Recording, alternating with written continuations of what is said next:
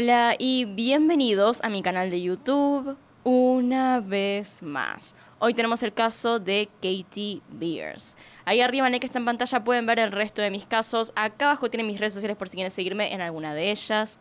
Y sin nada más que decir, comencemos.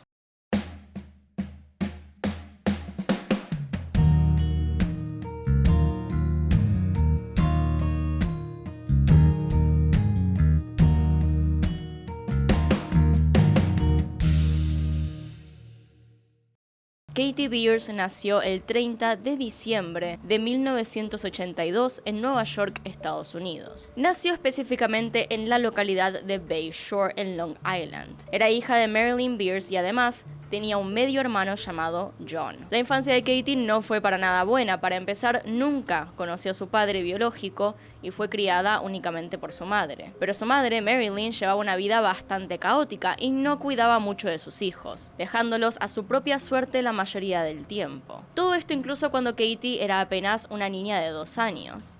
Debido a las frecuentes ausencias y al poco cuidado que Marilyn tenía con sus hijos, es que terminaron al cuidado de su madrina, Linda Inghilleri. Linda vivía con su esposo Salvatore y aceptaron cuidar tanto a Katie como a su hermano. Pero esto, lejos de ser algo positivo y un cambio para mejor en la vida de Katie y de su hermano, fue más bien todo lo contrario. Los Inghilleri, en especial el esposo Salvatore, trataban a ambos como si fueran esclavos. Esto en las propias palabras de Katie. Y como si los abusos físicos y maltrato verbal no fueran suficiente, Salvatore abusaba sexualmente de Katie desde que era apenas una niña de 4 años. Además de esto, no es que Katie pudiera pedir ayuda, ya que su familia la había anotado para que tomara clases en su casa. Incluso si realmente no le enseñaban, ella estaba anotada como homeschooled. Entonces ella no tenía mucho contacto con otras personas, no tenía profesores a quienes contarles lo que le pasaba. No tenía amigos tampoco, solamente tenía a su hermano. Casi no tenía contacto con el mundo exterior. A todo esto hay que sumarle la presencia de John Esposito, el otro protagonista de esta historia. Esposito, que al momento de los hechos tenía 43 años, era un vecino y amigo de la familia. A simple vista parecía un hombre buena onda, simpático, que invitaba a su casa a los chicos a jugar, pero esto lo hacía en realidad con perversas intenciones. Esposito tenía un amplio historial de abuso de niños, habiendo abusado incluso a John Beers, el hermano mayor de Katie. También tenía una denuncia por intentar secuestrar a un niño de 7 años, pero increíblemente no fue a prisión por esto. Los Inghilleri estaban al tanto, o al menos habían escuchado los rumores sobre el comportamiento de Esposito. Sin embargo, le permitían seguir interactuando con Katie y John. Esposito era contratista. Fue el mismo que construyó su propia casa en la parte de atrás del terreno de sus padres. Durante varios años abusó de John, el hermano de Katie, pero con el paso del tiempo lo empezó a considerar demasiado viejo para sus retorcidos gustos y ya tenía en vista a su próximo objetivo, Katie. Es así que comenzó a construir un búnker en su casa. Este búnker era de tamaño ínfimo. Imaginen esto, 2,10 por 1,8 metros. Y estaba conectado a su casa por una especie de pasadizo secreto cuya entrada se ubicaba detrás de una biblioteca que se podía deslizar. La construcción de este búnker tenía un único objetivo: secuestrar y aprisionar a Katie. Es entonces, bajo este contexto, que pasamos al día de los hechos.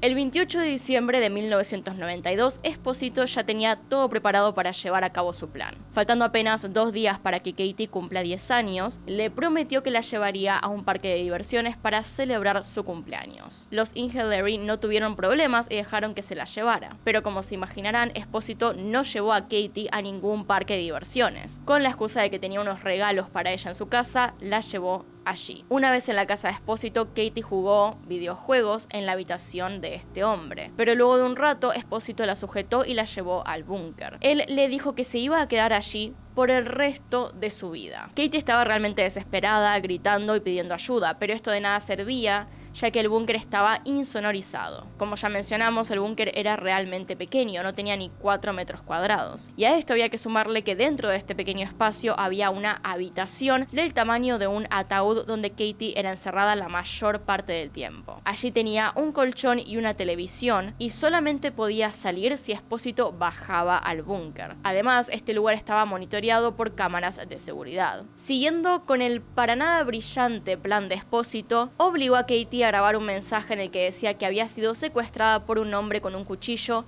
en el parque de diversiones. Entonces Espósito fue con este mensaje grabado a un teléfono público en las cercanías del parque de diversiones de la ciudad, que se llamaba Spaceplex, y reprodujo ese mensaje en una llamada a emergencias. Aparte fue con los encargados del parque para decirles que Katie se había perdido dentro del mismo. Los empleados, por supuesto, llamaron a la policía inmediatamente. Cuando los policías llegaron y escucharon el testimonio de Espósito, lo primero que hicieron fue buscar por todo el lugar. Sin embargo, no había ningún rastro de Katie, ya que ella nunca había estado ahí. Luego las investigaciones se centraron en reconstruir los últimos pasos de Katie antes de su desaparición. Así que fueron a hablar con la familia y Hillary, quienes estaban a cargo de Katie y de su hermano. A decir verdad, desde el principio de las investigaciones la policía comenzó a sospechar de Espósito, ya que su versión de los hechos era realmente vaga y poco detallada. No decía mucho más aparte de que en un momento había perdido a Katie de vista y después no volvió a verla. Aparte, comenzaron a aparecer testimonios de gente que había visitado el parque de diversiones ese día y todos decían que Espósito llegó solo al lugar y que en ningún momento de ese día lo habían visto acompañado de una niña. Pero mientras la policía avanzaba en las investigaciones, Espósito mantenía a Katie cautiva, donde le hacía pasar un verdadero infierno. Todos los días él bajaba al búnker a llevarle comida, frazadas y juguetes, pero cuando hacía esto aprovechaba para abusar de ella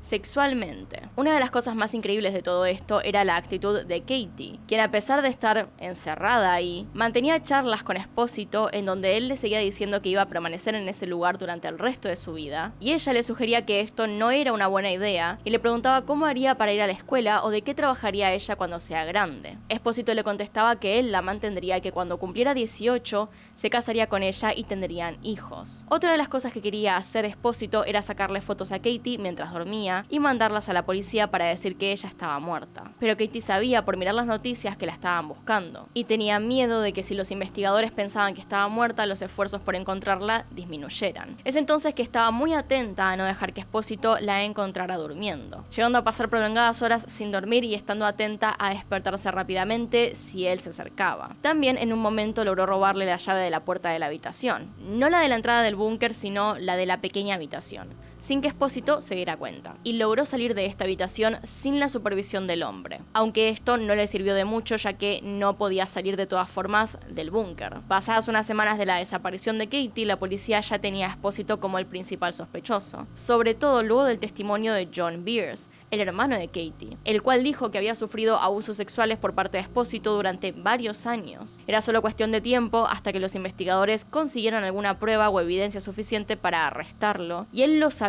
Así que el 13 de enero de 1993, 17 días después del secuestro, Espósito se entregó a la policía y dijo que Katie estaba encerrada en su casa. Afortunadamente, Katie fue rescatada del búnker y fue puesta a cuidado. Espósito afrontó su juicio en junio de 1994, en el cual se declaró culpable por el secuestro de Katie. Esto llegó como parte de un acuerdo entre la fiscalía y el acusado. Como parte de este acuerdo se desecharían los cargos por violación. Finalmente, Espósito fue sentenciado a cadena perpetua con un mínimo de 15 años de prisión antes de poder pedir la libertad condicional. Otra de las personas que fue enjuiciada fue Salvatore, el esposo de Linda, la madrina de Katie y quien cuidaba a los chicos, por abuso sexual contra Katie, y fue sentenciado a 12 años de prisión por esto. Lo curioso es que tanto Espósito como Salvatore murieron en prisión mientras cumplían la condena. Salvatore murió en el año 2009 y Espósito en el 2013 por causas naturales. Luego del secuestro, Katie fue adoptada por una familia y logró reconstruir su vida. Durante varios años se mantuvo alejada de cualquier entrevista o aparición pública. Fue recién cuando se cumplieron 20 años de su secuestro que hizo una aparición para presentar un libro que coescribió con una periodista en la cual relataba su experiencia. El libro se llama Buried Memories. Luego de su aparición se pudo saber que estaba casada y tenía 2 hijos, aunque preservó anónima la identidad de su esposo y sus hijos. Luego de esto no se supo mucho más de ella, por lo que podemos suponer que continúa llevando una vida tranquila y sin sobresaltos. Esa fue la historia de Katie Beers. Y bueno, hasta acá llegamos con el video de hoy. Díganme qué opinan al respecto, que los estoy leyendo. Acá están los Patreons y los miembros del canal. Gracias por apoyarme a través de esos medios. Y sin nada más que decir, acá tiene un video nuevo, acá tiene un video recomendado. Se pueden suscribir